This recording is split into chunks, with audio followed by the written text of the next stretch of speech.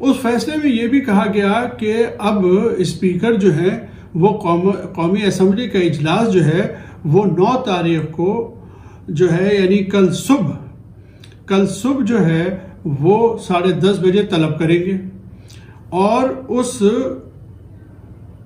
اجلاس کا جو ایجنڈا ہوگا وہ وہی ہوگا جو کہ 3 اپریل کی پروسیڈنگ کے دوران میں تھا، اور پھر ووٹنگ کرائی جائے گی، اور ووٹنگ میں اگر نو کانفیڈنس میں اپوزیشن کو کامیابی ہو جاتی ہے تو نئے وزیر اعظم کا انتخاب بھی اسی وقت ہوگا۔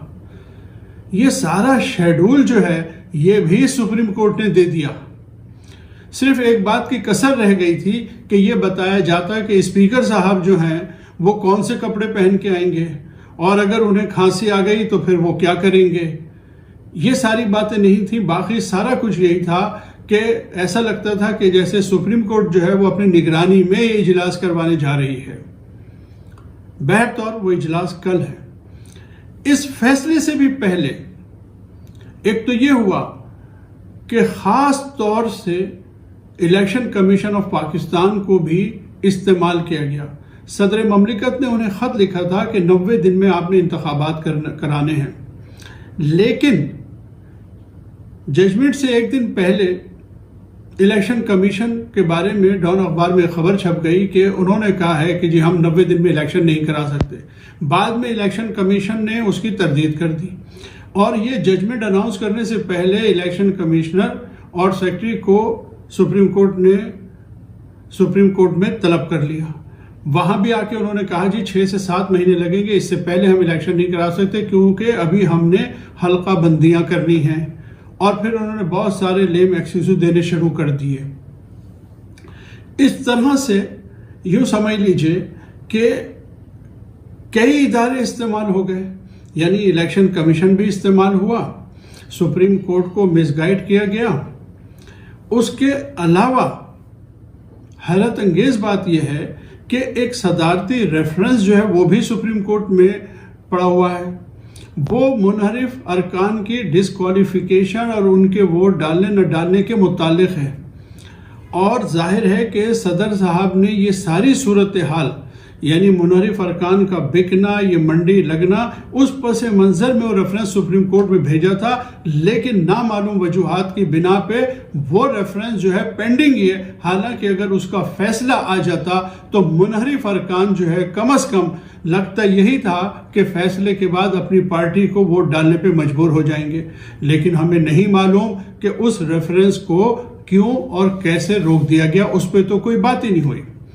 دلچسپ بات یہ ہے کہ اس ججمنٹ میں یہ کہا گیا کہ منحرف ارکان بھی ووٹ ڈال سکتے ہیں، حالانکہ اس معاملے سے منحرف ارکان کا کوئی تعلق نہیں بنتا تھا۔ اب صورت یہ ہے کہ کل جب اجلاس ہوگا تو اسپیکر کے اختیارات تو اپنی جگہ ہیں، دیکھیے کل کون سا سرپرائز آتا ہے۔ اس دوران میں یہ بھی ہوا اس فیصلے میں کہ بلاول بھٹو صاحب جو ہے وہ سپریم کورٹ تشریف لائے، تو چیف جسٹس صاحب نے انہیں روسٹرم پہ بلا لیا، اور چیف جسٹس صاحب نے ان کے خیالات سنے اور پھر خود بھی یہ فرمایا کہ ہمیں احساس ہے کہ آپ کے خاندان نے جمہوریت کے لیے بڑی قربانیاں دی ہیں۔ شہباز شریف صاحب بھی آئے روسٹرم پہ، 3 دفعہ روسٹرم پہ آئے، انہوں نے بڑا چیف جسٹس صاحب کے سامنے ہاتھ پیر جوڑے کہ یہ اسمبلی جو ہے آپ بحال کر دیجئے، کیونکہ وہ فوری طور پہ وزیر اعظم بننا چاہتے ہیں۔ انہوں نے بھی سپریم کورٹ سے بڑی درخواست کی۔ اس کیس میں سب سے بڑی ناانصافی یہ ہوئی کہ رولنگ کی جو بنیاد تھی، یعنی آرٹیکل 5 جس کی بنیاد پہ یہ رولنگ دی گئی تھی، سپریم کورٹ نے اسے بھی بالکل کنسیڈر ہی نہیں کیا کہ جس بنیاد پہ یہ رولنگ دی گئی، یعنی ایک غیر ملکی سازش کے جو شواہد اسپیکر کے سامنے پیش کیے گئے وزیر قانون کی جانب سے، اس حوالے سے نہ تو کسی مواد کو منگوایا گیا اور نہ ہی اس کو اس ججمنٹ میں ذرا بھی کنسیڈریشن دی گئی۔ یہ سب سے بڑی ناانصافی جو ہے اس کیس میں مجھے نظر آتی ہے۔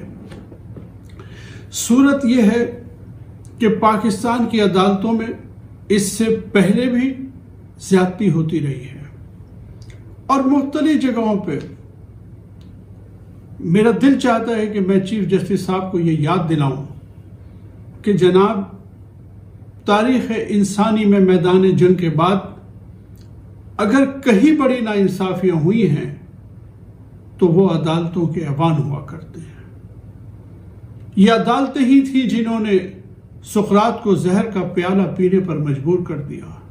یہ عدالتیں ہی تھیں جنہوں نے عیسیٰ کو مصلوب کر دیا تھا۔ یہ عدالتیں ہی تھیں جنہوں نے ابوالکلام آزاد کو جیل کے سلاخوں کے پیچھے پھینک دیا تھا۔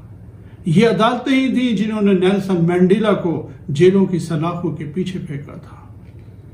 ہمارے ملک میں بھی ایک ایسی ہی ناانصافی کی گئی ہے۔ شاہ بکتے ہیں، فقیر بکتے ہیں، یہاں صغیر و کبیر بکتے ہیں، تہذیب بکتی ہے، فرمان بکتے ہیں، ذرا تم دام تو بدلو، یہاں ایمان بکتے ہیں۔ ناظرین، آج تک کے لیے اتنا ہی، اگلی ویڈیو تک کے لیے اجازت دیجیے۔ اللہ حافظ۔